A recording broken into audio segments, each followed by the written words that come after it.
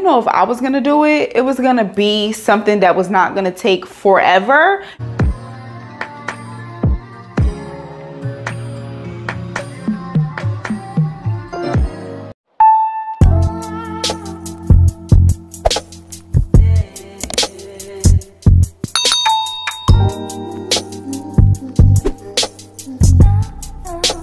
Hey y'all, what's up? Welcome back to the channel. Welcome to the channel. If you are new, hey girl, hey, I'm Sharron.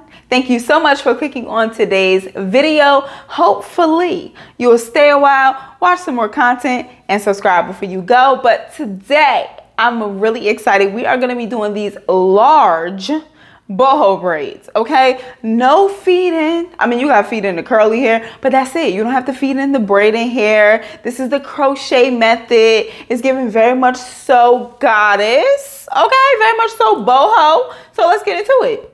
Hey y'all, so today's hair was sent over to me from Ywigs. They sent me over 3 bundles of their 18-inch deep wave bulk hair. So this has absolutely no track. It is great for styles like this where you need to feed in hair. Surprisingly, I only used 1 bundle. So this is what you'll obviously need for this style. You need some sort of curly human hair. This hair was beautiful, soft, and luscious, but you're gonna also need some braiding hair. This is the hair that I used, and I only used a pack and a half of that. You're gonna need like some styling foam for the ends, jam. I got clips to clip away the curly hair, and all my other styling tools. Oh, and rubber bands. Okay, so this is the section we're gonna be working on today. Remember I told y'all in the last like hairstyling video that I did that I've been doing like the styles in quadrants, and it's just been so much easier for me. So this is no different, but we're gonna take the jam and just add it to the perimeter of this section just to get like those top layers smoothed out. And for me, obviously, like this is a style where you want it to look a little bit more sleek. So that's just what I'm doing, smoothing it out. And then once I have that smoothed out, we're gonna part it down the center because we're gonna make this 2 rows. Then we're going to add more jam and smooth it out more. That top row is going to be 3 braids. This middle row is going to be 2 braids. So we're going to split that into 2 and then smooth it out some more, add our rubber band, and then we're going to move on. For me, the rubber band method works good with this. You could do the braid method if you want to, but I like the rubber band method just fine for these braids. So once we got the rubber band on, we're going to move on and put the rubber band on the next section, and then we're going to start smoothing out the hair because I wanted it to be nice and thin. Make sure that you separate your curly hair prior to starting your braiding because it helps with time. Oh my gosh, you have no idea. So now I'm taking a braiding hair and I'm just trying to fill it out to see like how thick it is. I really did this based on like filling, to be honest. Like I could kind of tell how thick it is, like based on how it feels and if it's right for the section. Then we're going to stretch the hair because I wanted the ends to be super frayed so they gradually thin out. So then we're going to take that section and split it into 2. But again, I'm feeling to make sure that one section is a little bit thinner than the other, but thick enough so that it is like all even, if that makes sense. So now it's time to crochet the hair in. So we are crocheting the thicker piece of hair across. So I believe that is horizontally, right? We're going to crochet that. Listen, don't get me to lying, but I think that's horizontally. So we're going to crochet the thicker piece horizontally, and then I'm always making sure to hold one side while I'm pulling the other side through just so it never gets messy and messed up. Now we're going to take the thinner piece and crochet that in vertically, I believe, up and down. Okay, first piece goes straight across, second piece goes up and down. And once we have that crocheted through, then we are going to take the piece that we crochet in up and down, aka vertically, I believe. We're going to put that and sandwich our hair in.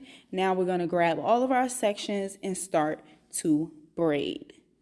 I am braiding using the underhand method for the braids in the front. I couldn't really do that for the braids in the back without my arm hurting, and I really didn't care that much if the rubber band showed or not. The underhand method, the rubber band will not show. Overhand, it will.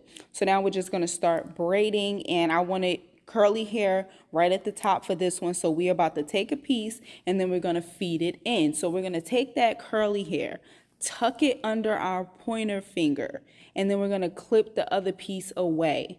Now you have to pinch it to make sure it stays in place as you braid around it. Okay, hopefully that makes sense. Keep it pinched in place until you braid one piece over the other at least one time. Okay, then once you start to braid down, you don't have to worry about it coming out. It'll be fine. So now we're just going to braid like normal and braid it all the way down. I am going to add in another piece of hair once I get like maybe 2 inches down or so, just because for some of them I added so much curly hair and for some of them I didn't. So once again, taking that curly hair, putting it under our pointer finger, and then clipping the other half of it, I guess you would say, away. And like I said, pinching the hair and then braiding around it. So that way, like, it stays in place and it's in there. So that's basically how you feed hair in. You do that with braiding hair, curly hair, whatever. That's a technique for feeding hair in. So now we're just gonna do a feed in one last time. I'm trying to make sure it's as detailed as possible. So take it, put it in between the pointer finger, right? And then tuck it away the other side. And once you have it in there, pinch and then braid so it is secure. I want this to be as detailed as possible because listen, when I tell you, you can do this. I believe in you. This is a very simple technique. If you know how to braid, you can do this. You don't need to know how to cornrow. You just need to know how to braid. You can do this. You're going to need some determination and a little bit of patience, but you can do this. Trust me. Save yourself some money and try to do this yourself because it's not as hard as you might think. It's very, very simple especially once you get the hang of it. But you just got to try and you got to believe in yourself and be patient with yourself and you can do it. I do want to mention that when I got to the end, I was doing a lot of borrowing because this hair is more straight and doesn't have as much kink to it, so it will kind of separate. So I was borrowing a lot to keep it in place. And I did go in and trim off any like flyaways or hair that was sticking up as I went, so I didn't have to do it at the end. And this is the final look.